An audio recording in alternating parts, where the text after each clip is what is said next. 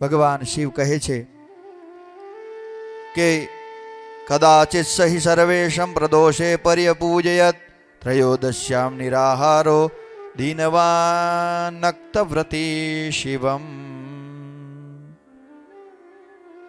આ જે સત્યરથ નામનો રાજા હતો એ પૂર્વ સમયમાં એ વિદર્ભ દેશનો રાજા હતો અને એ રાજાનું નામ પાંડ્ય નરેશ હતું. આ રાજા ભગવાન શિવનો ખૂબ ભક્ત હતો. શિવરાત્રિના દિવસે આ રાજાએ ભગવાન શિવનું ખૂબ પૂજન કર્યું છે, અર્ચન કર્યું છે. એ શિવ પૂજા કરી રહ્યો હતો એટલામાં મંત્રીઓ એક બીજા સામંત એક રાજાને પકડીને લાવ્યા છે. ત્યારે આ પાંડ્ય નરેશ છે એ રાજા ઊભો થઈ શિવ પૂજાને અધૂરી મૂકી અને ઊભો થઈ આવ્યો અને જે બીજો રાજા જેને પકડીને લાવ્યા હતા એ રાજાનો વધ કરી દીધો.